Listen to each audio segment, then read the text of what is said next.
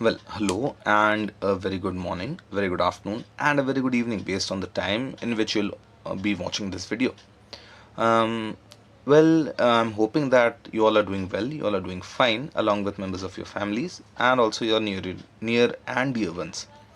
Now, coming to our topic, we were discussing about earthquakes. In the previous videos, we talked about volcanoes, earthquakes, and we do keep on talking about rocks, rock cycles, different types of rocks. But then we do not acknowledge, and I guess most of us or most of you all do not know properly, and you all do not know what actually gives rise to all these different phenomenons which we see around us, whether it is mountain building, whether it is the earthquakes, whether it is volcanoes or volcanic eruptions, or whether it is the or what actually drives the rock cycle. Those are the things, or what is the driver behind all these things, we do not have much an idea about it. So the most important thing which, or the one thing which drives all the things which I just mentioned, is plate tectonics. Let us just try to understand a bit in detail about the plate tectonics so that we can have a general idea about what actually causes all these earth phenomena and what gives rise to all these endogenic forces. When we talk of plate tectonics, in some previous video, or in a previous video, I had once told you all about the plates and the plate tectonics. Like, suppose if you all take a glass or a ceramic plate in your home and you just tap it in the middle with a hammer, you'll find that the plate, or that plate which you have taken, the glass or the ceramic plate which you have taken, will be divided. It will be, you'll be getting something like this glass plate which you had. If you just tap it in the middle, you'll be finding that it just breaks and cracks form in different directions, something like this. Think of the earth's crust as also something like this, that the earth's crust is not a complete whole. The lithosphere of the earth is divided into smaller and larger plates. So these are what you know as tectonic plates. Now, when we talk of tectonic plates and these plates, what is actually causing these plates to, or what actually causes these plates to form? Now, suppose that we are having, suppose in during the formation of the earth, or when the crust was formed, it was a complete whole. It was joined in all the places and there was no. Now, suppose this is the Earth's crust when it was formed originally, and suppose it is a whole thing, or suppose that the Earth's crust was whole, it was one whole thing, and it was not divided into plates. But we know that the mantle of the Earth is liquid, or the asthenosphere actually is in a liquid state, and because of that asthenosphere being in a liquid state, the asthenosphere is or the asthenosphere, this over here is this is the crust over here, and this over here is the asthenosphere, and the asthenosphere is in a liquid state and the asthenosphere is hot. So when the asthenosphere, or as the asthenosphere is hot, it will, or the liquid rocks over here in the asthenosphere will want to rise up. You all know that anything that is hot wants to rise up, and due to the convection currents which are formed, I had talked about it in a previous video, there are convection currents being formed, and the convection currents, because you can see that the convection currents are wanting to, or are going up and again subsequently coming down. The convection currents are trying to pull the, or is trying to pull the earth's crust into two different directions. And when the earth's crust is being pulled in two different directions, then there is a fault which occurs in the middle. And over here we have a fault, and this fault gradually leads to the earth's crust breaking, because gradually or slowly what will happen is that due to the convection currents from the asthenosphere, the crust will break from the fault line, and we have two different plates. So here we understand how different plates are formed. Now, when there are different plates forming, there are two kinds of plate margins. There are actually three kinds of plate margins. First is the convergent plate. Next comes the divergent plate. And after that comes the transform plate boundary. Now when we talk of the convergent plate boundary, what actually happens in a convergent plate boundary? The convergent, or let us just think of three different plates. Here is the plate X, here is plate Y, and here is plate Z. What actually happens over here is, let us just try to understand plate boundary and its mechanisms. Suppose here is a convection current, and plate X and plate Y, as you can see, because of the convection current going in different directions over here, plate X and plate Y will be moving away from each other. So this is called a it's a divergent plate boundary. When two plates are moving away from each other or diverging away from each other, there is a divergent plate boundary. So this boundary over here is a divergent plate boundary. What happens when we have a divergent plate boundary? When we have a divergent plate boundary, as the plates move away from each other, magma starts coming out from these, or from the gap. As the plate is moving, or as the two plates are moving away from each other, magma from the interior of the earth starts coming out. And in this region we have, let us just magnify it and show. Over here we had X, here we had Y, and as they were moving away from each other, what we had was, or what we will be having is, magma, as they are moving away from each other, a gap is formed over here. This gap is filled by magma coming out from the earth's surface. And over here we have a newer crust which is being formed, because as the magma is coming up, we are having, or the magma is cooling down or the magma cools down, and we have newer rocks being formed over here, and newer crust is being formed in a divergent plate boundary. So a divergent plate boundary actually leads to the formation of newer crust. I hope this was clear to all of you. Now when we are talking of newer crust, and when we are seeing that newer crust is being formed, you may be asking me, so if newer crust is being formed, then the total amount of crust on the earth should be increasing. How can that be possible? Well, it is not possible, because as newer crust is formed in some place, the older crust is being destroyed in some other place.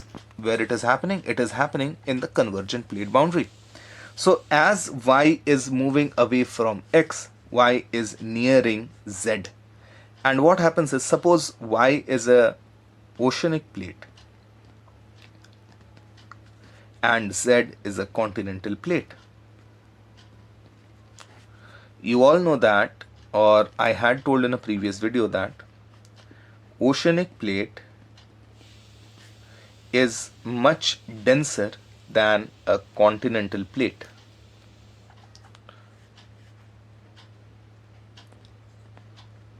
So as the oceanic plate is much denser than a continental plate, if oceanic plate and continental plates, they come together, what will be happening is that the oceanic plate will be submerged or subducted under the continental plate.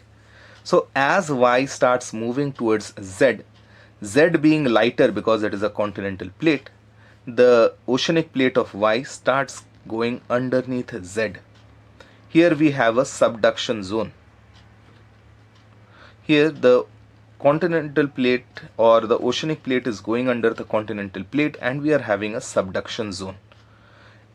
This over here is the mantle area.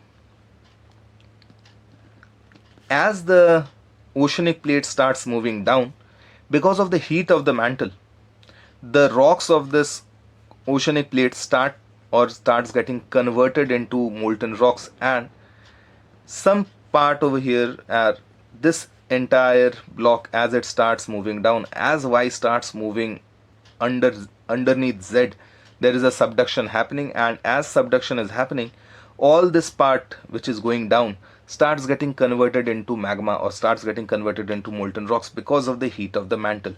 And as the rocks as the oceanic plate which is falling or getting inside or getting subducted is getting converted into magma, what is actually happening is that somewhere over here a magma chamber is being formed, and this magma chamber is again rising up or the magma from this magma chamber is rising up, and we are getting a volcano over here.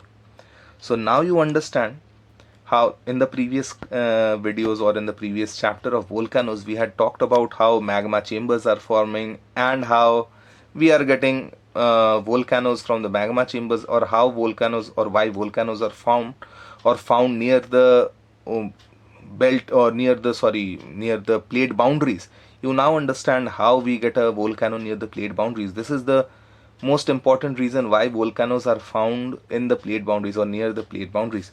So we had a plate boundary over here. This was the plate boundary between Y and Z, and over here somewhere a bit away from the plate boundary we have volcanoes over here, because of the oceanic plate which was getting subducted. As the oceanic plate was getting subducted, it was entering it was getting in contact with the mantle, and because of the heat of the mantle, the plate or the rocks of that plate which was getting subducted, those rocks got converted into magma, and we got a magma chamber over here, and the magma chamber will gradually rise up to form volcanoes. That is why most of the volcanoes are found in the plate margins.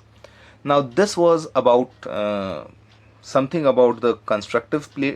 This over here, this is a convergent plate boundary. So this over here is converging. Y is getting converged. Y and Z are converging. They are moving together. So this is a convergent plate boundary. So here we have this area here we have a convergent plate.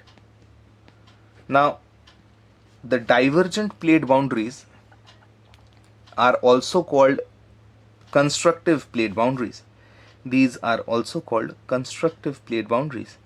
Why are these called constructive plate boundaries? These are called constructive plate boundaries because in these areas, or in the area of the divergent plate boundary, as you saw newer over here, newer crust is being formed. That is why there is construction of newer crust. We are having newer crust.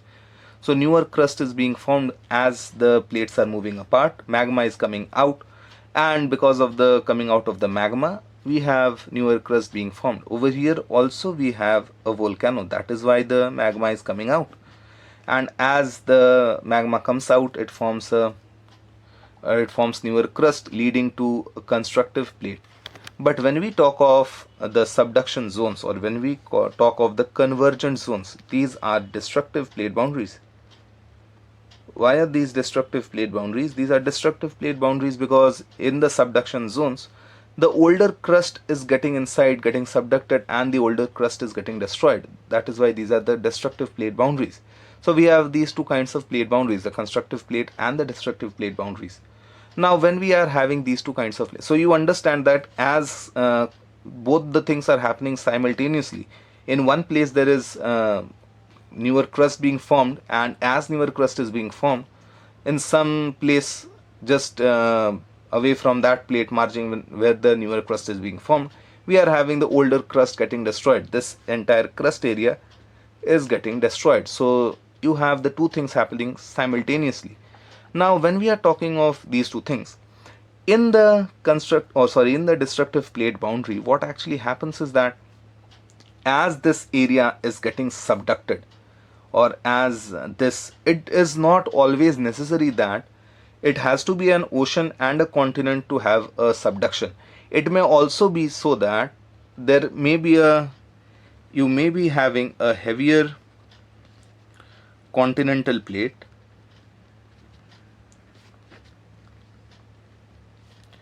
getting subducted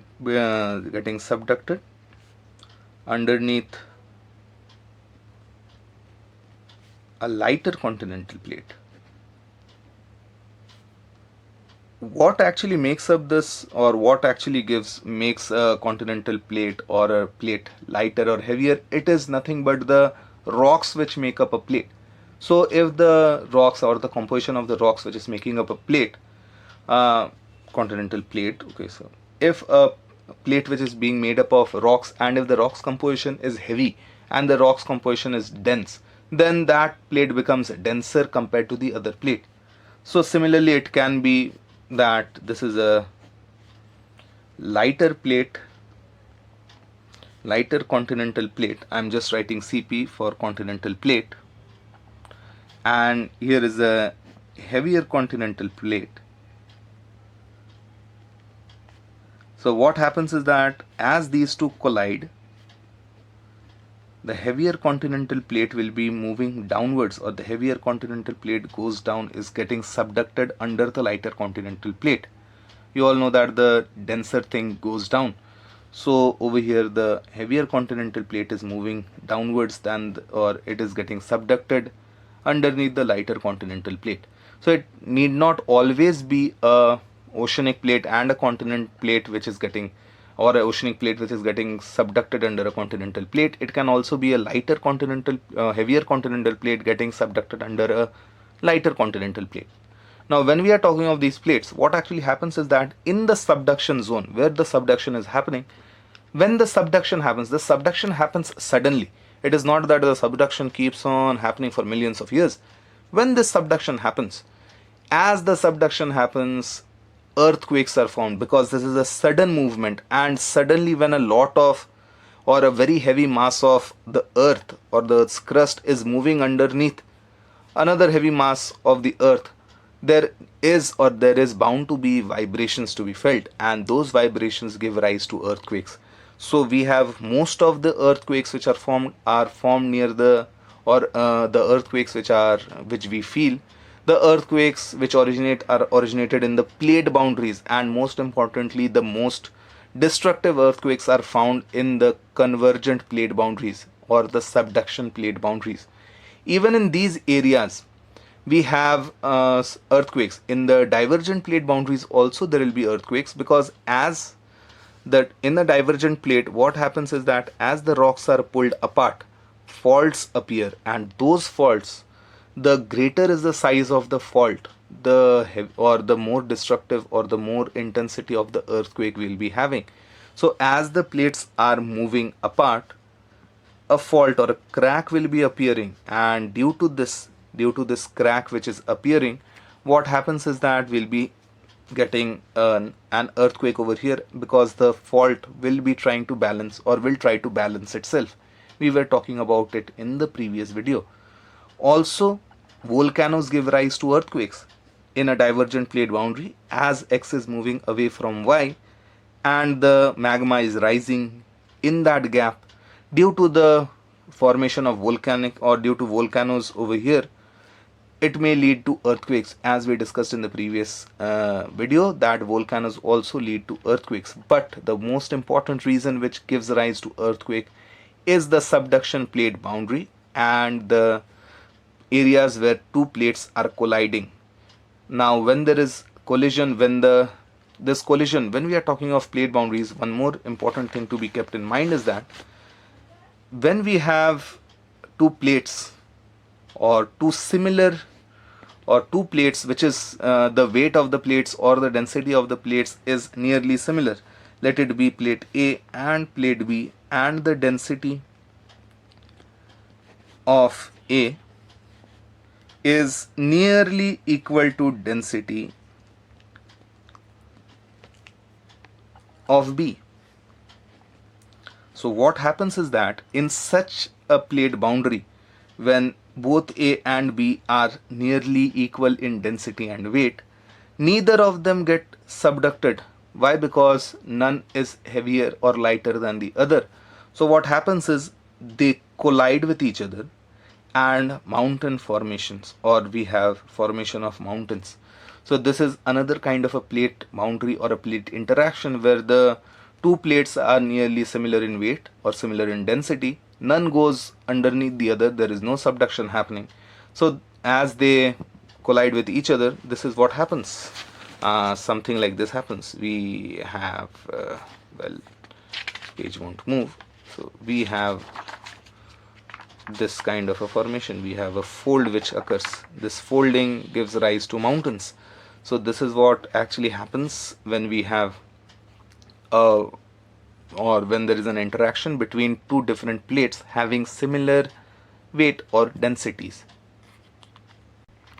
Once again, when we talk of those areas which are having, or which are prone to earthquakes, It is similar to that of volcanoes, those areas where we have plate boundaries. All these areas where the plate boundaries are there, over here we have divergent plate boundary, over here we have convergent plate boundary. In the last, or in the while discussing about distribution of volcanoes, I had discussed it. So over here also we have earthquakes. These are earthquake prone zones. But then it is not always true that there is, or it is not always true that earthquakes will be happening always on the plate boundaries. There are a few earthquakes, a few very deadly earthquakes which occur deep inside the continents, which are not at all plate boundaries. Let us just try to understand how those kinds of, or why those earthquakes occur. Here we have to understand one concept. Where did I keep the pen?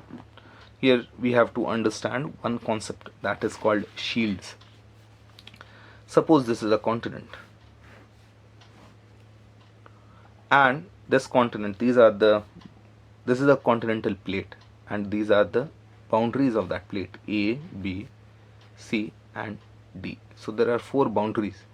Now we have just discussed that it is mostly in the boundaries that we have earthquakes or volcanic activities taking place.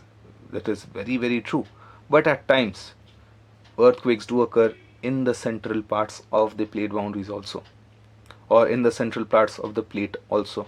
Why does, or how do these earthquakes occur? Now these interior parts of a plate are called shield areas, shields.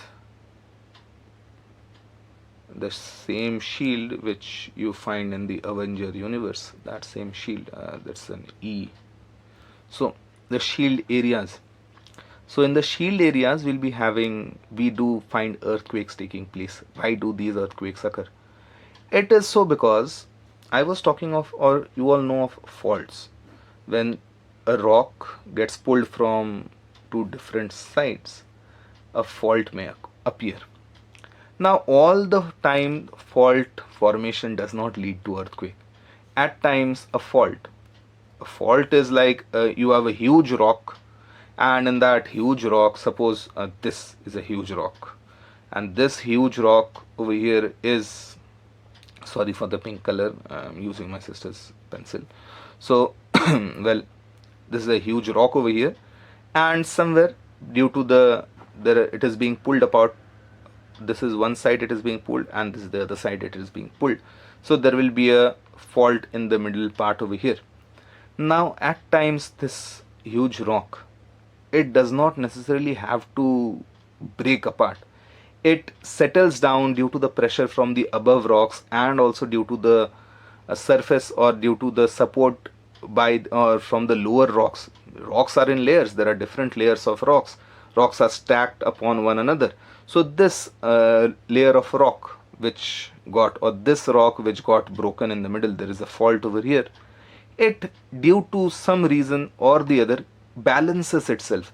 It reaches a sort of a balance which does not allow the rock to break apart completely, and this rock stays as it is. You may have seen so that at times when there is a crack in the, suppose just let us imagine there's the wall. Okay, so here we have a wall, and when I'm talking of this wall, suppose there's a crack in this wall, and as there is a crack in this wall, suppose there's this crack, but I cannot see the crack. The crack is there in the bricks somewhere inside, but then there is plastering done above it, and the painting is done, and so many other different things are on this rock and on this brick, and that brick, or the crack in that brick, is hidden actually. And that crack has balanced itself, the bricks have balanced itself, and we do not find, or the wall does not fall down. Now suppose this wall over here which was having the crack, there is some kind of an earthquake which happens, maybe far away from the Dhanbad area, far away from where the wall is actually located. And when this earthquake happens, the vibrations are felt, because as an earthquake happens anywhere on the earth, vibrations reach out to each and every place on the earth. I'll be explaining this to you in the next video. So this vibration which is happening, the vibrations reach this wall also. What will be happening? if the vibrations are large enough, the cracks in the brick will be exposed, or the cracks in the brick, the fault in the brick will be reactivated, and the brick or the wall will tumble down, wall will fall. This is what exactly happens in the shield areas. So in the shield areas, what is happening is this: due to there may be an ancient fault, somewhere which was balanced due to some or the other reasons of the earth, and because of an earthquake happening somewhere in the plate margin or maybe somewhere else in earth, the vibrations as they reach this area, this fault gets reactivated, and the balance which we were talking about, this balance gets disbalanced again, and the fault is activated, maybe due to some reason, or maybe after some time, some years, some months, some weeks, maybe this fault which had got reactivated will try to balance itself, and as it tries to balance itself, the rock layers will move up or down, causing an earthquake. So this is another reason, or this is also a very important reason why earthquakes occur in the shield areas.